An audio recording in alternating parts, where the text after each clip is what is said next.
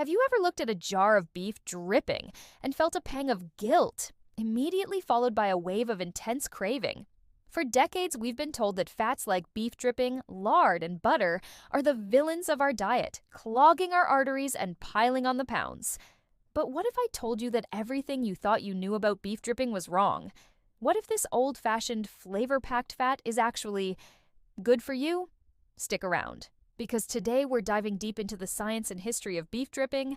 We're going to bust some serious myths and uncover why this culinary relic is making a huge comeback in the kitchens of health-conscious foodies and top chefs alike. By the end of this video, you might just be swapping your expensive olive oil for a humble jar of beef tallow. First, let's get our terms straight. What exactly is beef dripping? Simply put, it's the rendered fat from beef, also known as tallow. When you cook beef, especially cuts with a good amount of fat, the fat melts and separates from the meat. This liquid gold is the dripping. Traditionally, our grandparents would collect this, let it solidify, and use it for cooking everything from roast potatoes to flaky pastries. It was a staple in kitchens before the rise of industrial seed oils.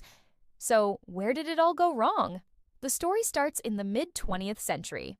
A scientist named Onkel Keys published his influential 7-country study, which linked saturated fat consumption to heart disease. This study, though later found to be flawed and selective in its data, sparked a worldwide panic. Governments and health organizations launched a massive campaign against saturated fats. Animal fats like beef dripping, butter, and lard were demonized. The food industry saw a golden opportunity. They replaced these natural fats with highly processed vegetable and seed oils like margarine, corn oil, and soybean oil. They were marketed as the heart-healthy alternative. We were told to go low-fat, and we listened. We swapped our butter for margarine and our beef dripping for vegetable shortening. The result? Obesity and chronic disease rates didn't go down. They skyrocketed. It turns out the war on saturated fat was based on some shaky science. More recent, comprehensive studies have challenged the old narrative. A massive meta-analysis published in the Annals of Internal Medicine, which reviewed over 70 studies, found no significant evidence to support the idea that dietary saturated fat is associated with an increased risk of heart disease. In fact, the evidence increasingly points to sugar, refined carbohydrates, and the industrial seed oils that replace traditional fats as the real culprits behind modern metabolic diseases. So let's talk about what's actually in beef dripping that makes it a healthier choice than you might think. First, it's a natural whole food. It's made from one ingredient, beef fat. Compare that to margarine or vegetable shortening, which often contain a long list of artificial ingredients, trans fats, and chemicals from the intense processing they undergo. Beef dripping is surprisingly rich in nutrients. Let's break down the fatty acid profile of beef tallow. About 50% of the fat in beef dripping is monounsaturated fat, the very same type of heart-healthy fat that makes olive oil so famous. A good portion of this is oleic acid, which has been shown to have beneficial effects on cholesterol levels and inflammation. Around 45% is saturated fat. And I know what you're thinking, but isn't saturated fat the bad guy?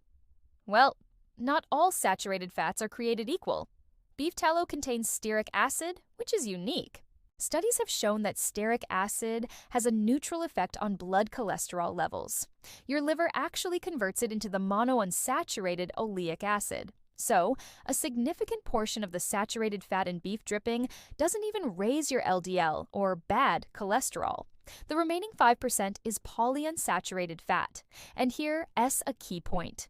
Beef from grass-fed cows has a much better fatty acid profile than grain-fed. Grass-fed tallow has higher levels of omega-3 fatty acids and a beneficial compound called conjugated linoleic acid, or CLA. CLA has been linked in numerous studies to fat loss, improved immune function, and reduced inflammation. So, if you can, always opt for tallow from 100% grass-fed and finished cattle to get the maximum health benefits. Now, let's compare this to the industrial seed oils we were told to eat instead. Oils like canola, corn, and soy are very high in omega-6 polyunsaturated fats. While we need some omega-6, the modern diet provides an overwhelming amount, creating an imbalance with omega-3s. This imbalance is highly pro-inflammatory and is linked to a host of chronic diseases, from heart disease and arthritis to autoimmune conditions. Furthermore, when these delicate oils are heated to high temperatures for frying, they oxidize easily and can create harmful compounds. This brings me to another huge advantage of beef dripping: its stability.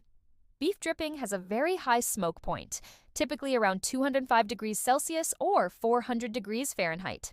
This means you can heat it to high temperatures for searing, roasting, and frying without it breaking down and creating those toxic, inflammatory compounds. It's incredibly stable and safe for high heat cooking. Frying your food in unstable vegetable oil is one of the worst things you can do for your health, whereas using tallow is one of the safest. Think about it. What makes the best roast potatoes? Crispy on the outside, fluffy on the inside. What's the secret? Beef dripping. What makes the flakiest, most delicious pastry? Beef dripping. Chefs have known this for centuries. The flavor it imparts is second to none.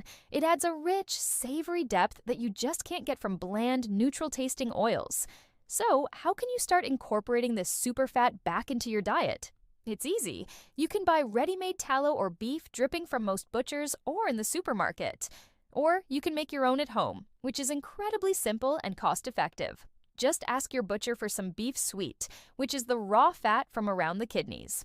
Chop it up, put it in a slow cooker or a heavy-bottomed pot on low heat, and let it render down for a few hours. Then, strain the liquid through a cheesecloth into a glass jar. It will keep for months in the fridge or even longer in the freezer. Once you have your liquid gold, the possibilities are endless. Use it to roast your vegetables. It will make your Brussels sprouts and carrots taste like a dream. Sear your steaks in it for the perfect crust. Use it to fry your eggs in the morning. You can even use it in baking. It makes incredible savory pie crusts and even some old-fashioned cakes and cookies. Now, I know this goes against decades of dietary dogma, and it might take a little while to wrap your head around. The key takeaway is this: fat is not the enemy.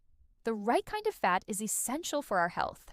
Natural, traditional fats that our ancestors have been eating for thousands of years, like beef dripping, are making a comeback for a reason. They are stable, nutrient-dense, and delicious. It's the highly processed, artificial, and novel foods that have been introduced in the last century that we should be wary of. Of course, moderation and balance are key to any healthy diet. I'm not suggesting you eat a whole jar of tallow with a spoon, but replacing your inflammatory industrial seed oils with stable natural fats, like beef dripping for cooking, is one of the single best changes you can make for your health. It's about getting back to basics, eating real food, and not being afraid of the things that nourished our grandparents and great-grandparents. Before I tell you more, why not share your thoughts about beef dripping? Love it or hate it? Comment below. So, the next time you see a jar of beef dripping, don't shy away. Embrace it. See it for what it is: a delicious, traditional, and surprisingly healthy part of our culinary heritage. Give it a try. Your taste buds and your body might just thank you for it. What do you think? Are you ready to bring beef dripping back into your kitchen? Let me know your thoughts and your favorite ways to use it in the comments below.